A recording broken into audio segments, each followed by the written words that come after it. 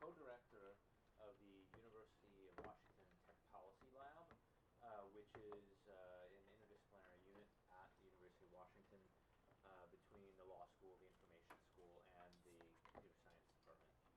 He also has courtesy appointment in the iSchool there as well as at Oregon State. And today he's going to talk about law and augmented reality. Thanks, Ryan. Thank you. Yeah. Sorry to start in like that. I was too excited. No, yeah, please. Can you guys hear me okay? Good to know your audience. Yeah, exactly. Can everybody hear me all right? I feel like it's not, I mean, you can probably hear me fine, but can you hear me on the there? Yeah, can you speak now?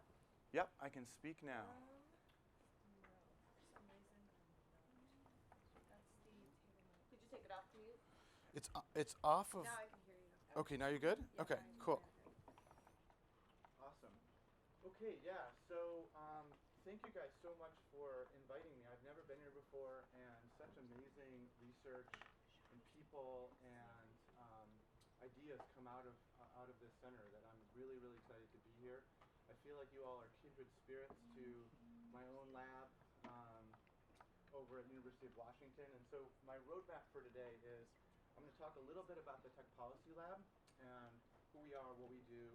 I'm going to talk about our first big white paper that we released last year on augmented reality and some of our findings there. I'm going to talk a little bit about what I thought went really well with the process and some of the things that didn't.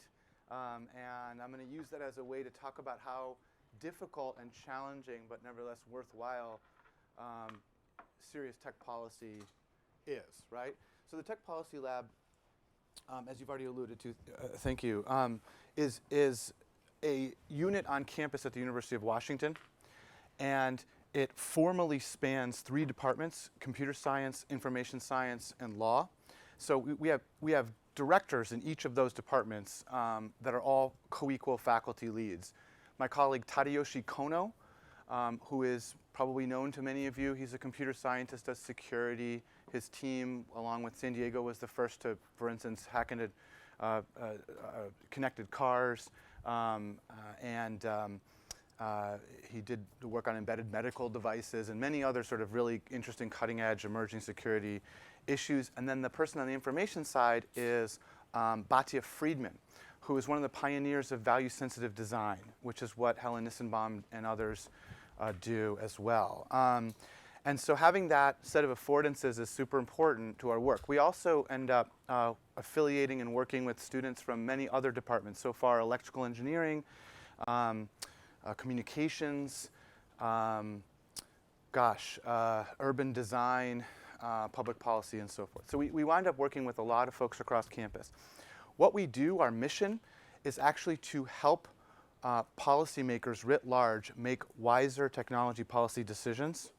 At the end of the day, that's our goal. And the way that we do that is that for any given issue we're going to tackle, we assemble a team from across campus and sometimes outside of campus. And we try to get people with the exact right or as close as we can to the set of training and disciplinary knowledge and experiences in order to achieve that goal. So for example, with the city of Seattle, they came to us and they said, we want to develop a set of best practices around open municipal data. So we got computer scientists to work on the security. We got a person from urban design to look into how the city was managing its data. We had a bunch of law students pour through all of the vendor contracts that the city of Seattle has, the important ones with its vendors who collect and process data. And we came up with a set of 360-degree recommendations, which the city mostly adopted. And so that's our method. We bring together a team with different kinds of backgrounds. The other thing we do is we work both at a very sort of specific level, like help Seattle with open data, but we also take a really big picture approach. And this would be interesting to those of you who do public policy. So for example, we talk a lot in tech policy about how non-mainstream voices don't wind up in the conversation. Tech policy, like technology itself, tends to reflect mainstream commitments. Everybody says that all the time. I can see some nodding already in this room. But the question is, what do you do about it? So we developed a formal method by which to incorporate diverse voices into technology policy. What we do is, for any given thing we're working on, we bring it along to a certain point through a method I'm going to describe in a moment. And then we and then what we do is we have an early stage research, and we run it by these diversity panels consisting of non-mainstream or at least diverse groups that might be affected by the technology.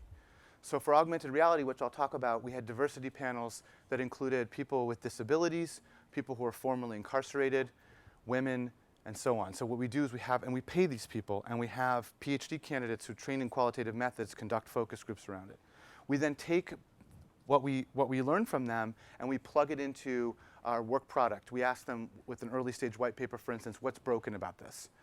That's a big macro, and this is a diverse voices project. Any project that you have, I want to offer, that you feel like it could use this treatment, get in touch with me. We have a whole structure around this. You could just send us your early stage white paper and say, I think that these kind of communities might be affected.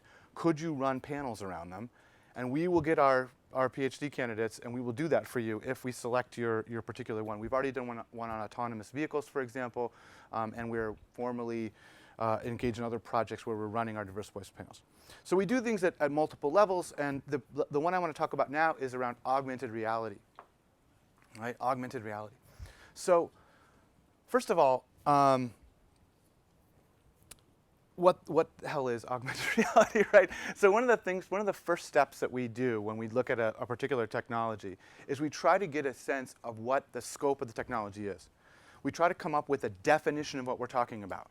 Because you can say words like augmented reality, virtual reality, artificial intelligence. What does that even mean, right? You don't quite know. And so our first step is to actually talk to technologists who work on these issues and come up with a formal definition, right? And so that's step one. We work with technologists, in this case computer science professors and students, to define the technology we examine as precisely as possible.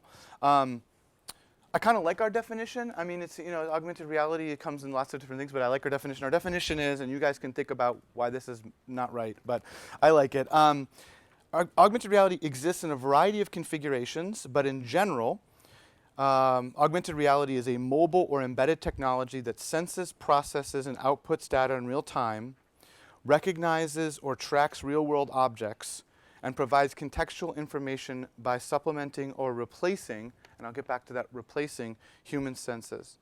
So what we did is we worked with a bunch of people, some of whom had been embedded at Microsoft Research doing HoloLens, who basically work with the technology to come up with what we thought was a workable, not consensus definition, but a workable definition of technology, so we understood what the subject of the policy paper was going to be about. That's our step one.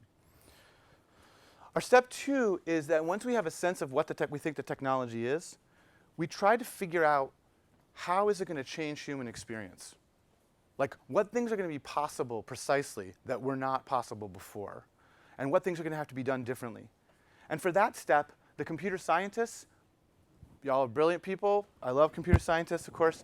That's not exactly what you do precisely, right? So what we do there is we brought in the folks from information science and qualitative methods in order to try to get a sense of how augmented reality might change people's affordances, right? Because in a sense, augmented reality is it's just the next sort of iteration of a long progression towards ever more immersive experiences, ever more interactive experiences, right? So in one way, it feels like an incremental change and maybe a cool one, but not so different. But if you look at it from a different perspective, this is like the first time, so if you look at like cave drawings, like old cave drawings used to have like the horses here and everything else. Did you guys hear about that person who, like, by the way, vandalized a cave drawing to improve it? Did anybody hear about this? That was a bad deal. But anyway, the point is that you have these cave drawings and you look at them and there they are, right? And so they're static and they're right there and you can see them and you don't feel like you're in the cave drawing. You're just looking at it, right? So in a way, that is very, very similar to a regular, like a contemporary monitor on your laptop. Yes, they move around. Yes, they're quite dynamic. They have different colors and all, but at the end of the day, you're just looking at information. You're receiving information from a particular format, right? Augmented reality actually takes reality and overlays something over it. And in a sense, that's kind of a sea change, is it not? I mean, that is the idea that something, other than psychedelic drugs, that's not really a technology that we have played with much more. So there's a sense in which augmented reality is a sea change over tens of thousands of years. Another way, it's just sort of a tiny little incremental difference, right? So what we did is we looked through and tried to figure out how is this going to affect people. And then we said to ourselves, well, not just the average person, not the so-called reasonable person that I think about when I teach tort law, and I'm a law professor, so I think about the reasonable person, not just some generic person, but how does it affect different kinds of communities?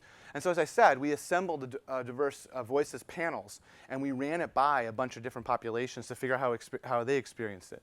And that actually changed our work product, right? So initially we had a set of ideas about how augmented reality, like what augmented reality would be used for, and we had these specific case studies in our white paper. It's going to be used for this, going to be used for that. It was things like Air Force pilots will use augmented reality for the obvious reason of being able to be able to select targets and to be able to navigate better.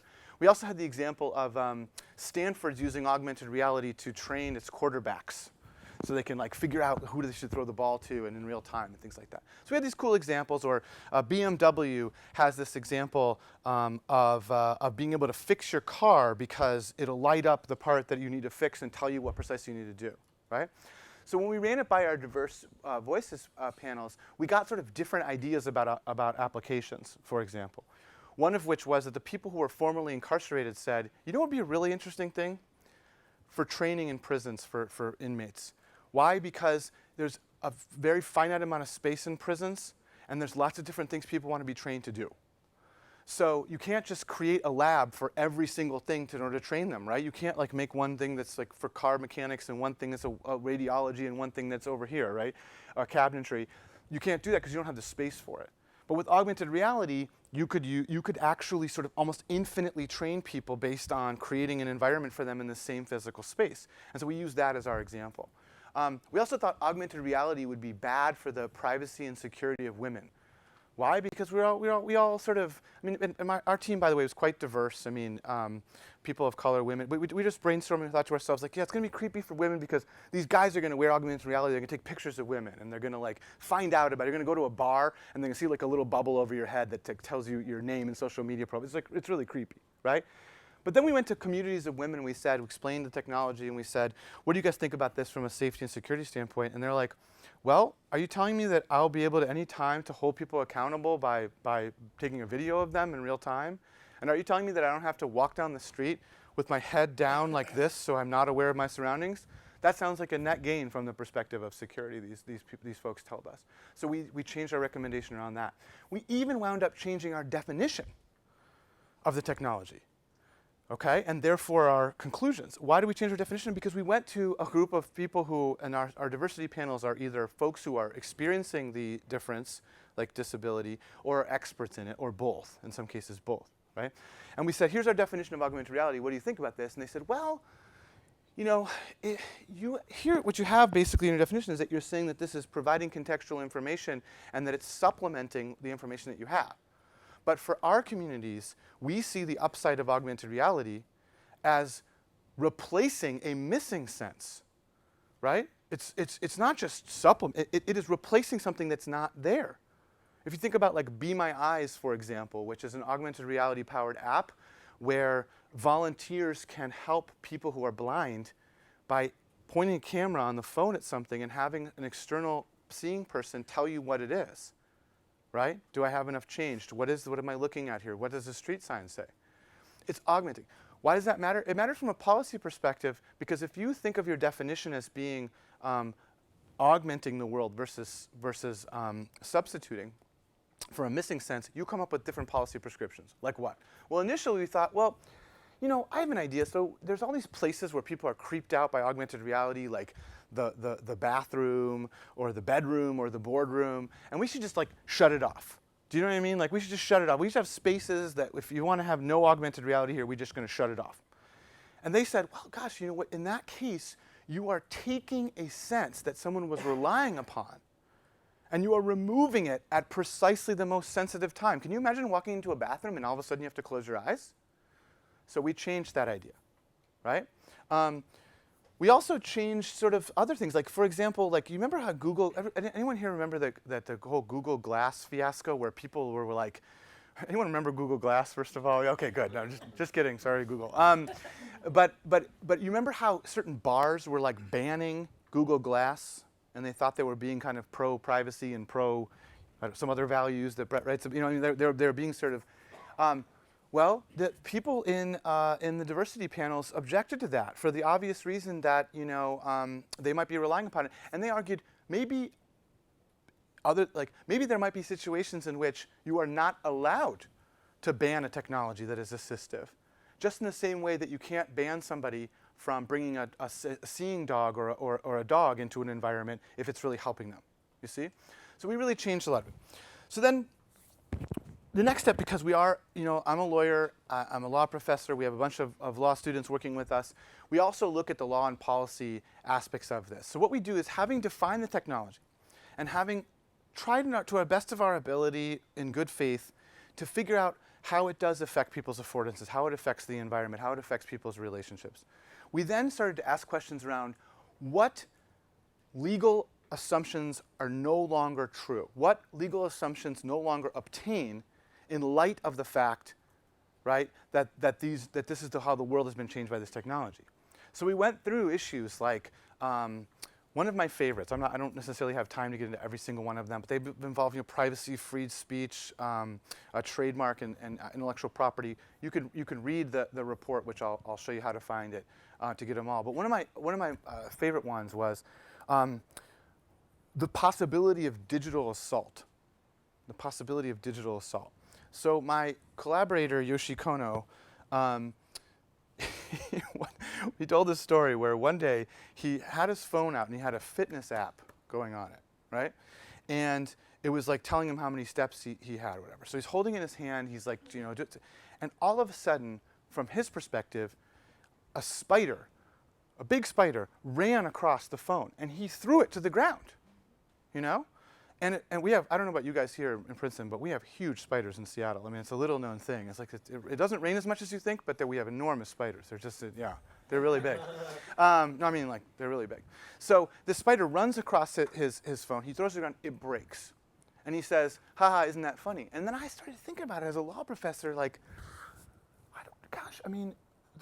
what is going on here? So what we figured out was that it was an app that had allowed an advertiser to take over the screen of the phone, okay, in order to create the perception of a spider, and that it ended up being an advertisement for exterminator services, okay? So we're talking about this, and we're talking about this, and we're sitting there going, and first we're laughing, and then he goes, Yoshi, he's got this security mind, and he says, gosh, though, I mean, if you could take over a system and cause it to flash a particular way, you could cause epileptic seizures, and people have done that on those epileptic sites. So there's real security risks here. And I said to myself, as a law professor, that's assault, right? I mean, the tort standard of assault is to create in people an imminent apprehension of physical harm.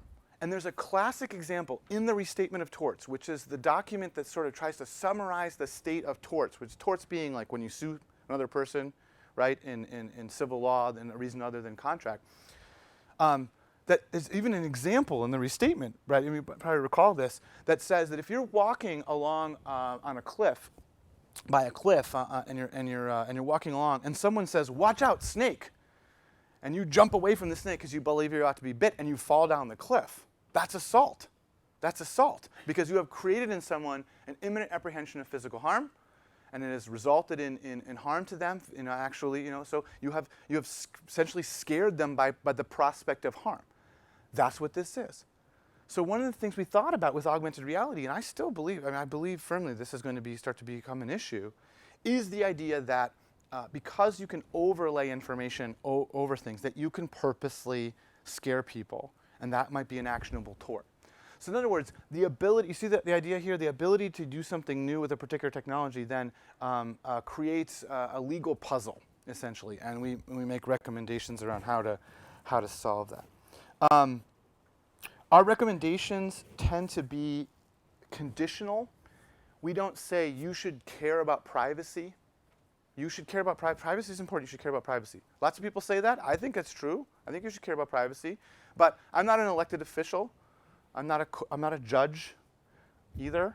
And so at the end of the day, we generally phrase our recommendations to be conditional in nature. So we say, if what you're trying to do is reproduce the balance between privacy and whatever you had before. Here are some efforts you can, here's how to reintroduce privacy because it has structurally gone away. Or this is how you might police against intellectual property violations in light of this possibility. Or this is how we might push free speech doctrine if you're interested in these kinds of values. So we tend to make our recommendations conditional, and they're also not entirely in any one discipline. Because one of my commitments, and I think one of my colleagues' commitments, is that you can't really resolve contemporary problems by reference to any one discipline. You can't figure them out, you can't think about them, and you can't come up with recommendations for them by reference to just like the law or computer science. It just doesn't work in isolation. So we have these recommendations that are conditional and also sound in law and in technology and so forth. So I'm going to take the last couple minutes here because I would really love to hear sort of your thoughts and questions to talk a little bit about what I thought went well with this project and some of the challenges that we came across. So there were like little challenges at first, like the Tech Policy Lab has trouble talking across disciplines like anybody else because we just have different, like words mean different things. So like I'm so funny because like I'll write something and I'll be like, well, I think it's important for the Tech Policy Lab to be objective. And like Batya, my collaborator, will like freak out and say, objective? How could anything be objective? You know, and she's like got this, and she's like, I think what you mean, Ryan, is impartial. So we have to change objective to impartial, right? There's also like little things like, we don't know what order to put the authors in when we submit a paper to a journal because the norms are different. You know what I mean? So it's like maybe it's alphabetical in law, but in electrical engineering, the head of the lab goes last, and you know what I mean? It's just it's really difficult to do. So little things like that. But we've learned over time to sort of talk to each other in that way. So there's challenges around that. But the real challenge is not knowing exactly how the technology is going to be deployed and adopted and changed and and received by people. So we released this white paper. I think I like our definition. I like that we got privacy, distraction, and discrimination, which I can talk a little bit more about as being our major sort of concerns. I like that we identified that augmented reality experiences will fall differently across the population. You know, there's lots of things I thought we did really well, but then Pokemon Go comes along, okay? And we're sitting there, and on one hand, we're elated. Because we're like, you see, we did the thing we're trying to do. We actually figured out the technology that was about to ramp up, and we got it before it was path dependent. Because that's the sweet spot, right? So you want it to be far enough along so that you know it's going to be important and transformative, but not so far along that the path has already been set. You know, the joke I like to make about, for instance, about this is that like a lot of people study nanotechnology, right? And I always say, I think nanotechnology is going to have a really small impact. But for now, I think it is, right? And so I think that it's premature to talk about technology policy around nanotechnology, whereas I thought we got augmented reality. So we're elated about this. Everyone's going to, and then we sit there and we go, oh my goodness, what are the major issues here? Some of them are the ones that we predicted. Privacy was one. We wrote exactly on point. Free speech hasn't come up yet. I think it will. I think it's sort of lurking behind some of these ideas about whether or not, Niantic or Nintendo can like place a Pokemon in a museum.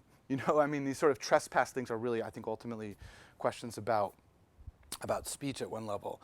But we didn't. So in particular, the thing that started to happen was that personal friends of mine, and then later on op-eds, and then later on articles started to come out about the fact that certain populations could not play Pokemon Go. You know what I mean? And so like I was talking to a friend of mine, and he was basically like, and he's a black man, and so he was basically like, the idea, I think he said something like, I'm gonna walk around a neighborhood that's not my neighborhood, right?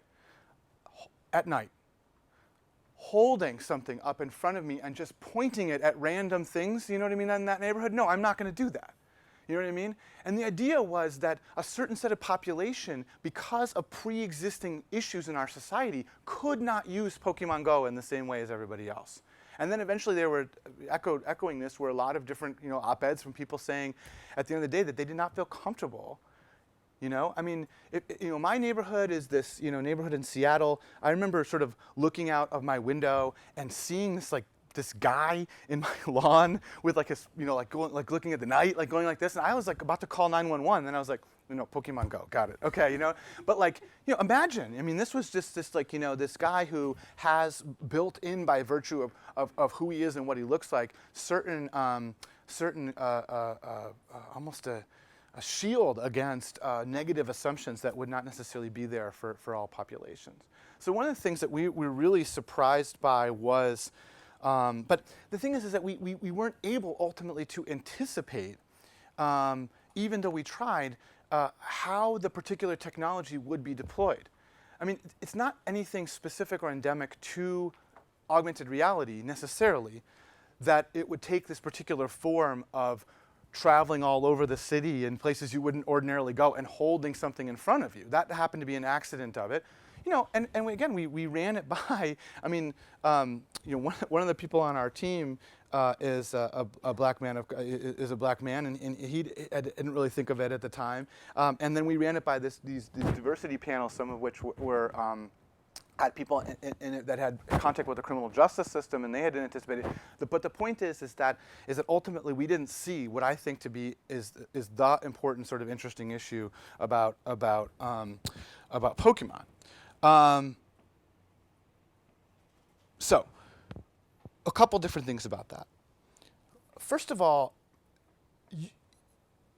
you can be as thoughtful as you possibly can be, or you can try to be as thoughtful as you can be about technology policy, and you can try to be really careful in your steps, right? And I think it's worthwhile to do that. But ultimately, that technology is going to go into a complicated world. And that complicated world is going to have pre-existing inequalities and pre-existing assumptions. And so to some extent, technology policy necessarily must be iterative, because you need to understand how people adopt and co-opt and interact with the technology, right? Now, that doesn't mean it's not that doesn't mean that we should just like let everybody be guinea pigs for our technology. Like, it is important, I think, to step back and be thoughtful and try to predict things as well as you can. And I think that ultimately our document will stand the test of time. And again, it is iterative, so we have the ability then to update our recommendations in light of an early example of augmented reality. But like, I hate to, augmented reality is big. Pokemon Go is a fad that is, I've already forgotten about it. But ultimately, so the point of the matter is that you have to sort of walk, I think, and I think this is the real challenge that we're finding at the Tech Policy Lab, in my opinion, is that if you're going to weigh in on the technologies of the day and you're going to try to catch them at a time where you can actually, give people tools to make wiser technology policy decisions, you have to let go a little bit. You have to understand that ultimately technology has a mind of its own, and a context of its own, and an agency of its own. And you have to watch what really happens, and you have to update your ideas before that. So I've gone on quite a long time. I would love to hear any questions you guys might have, or any feedback you have, if that's appropriate. You want to start? Yep. I have a two-part question. Yeah.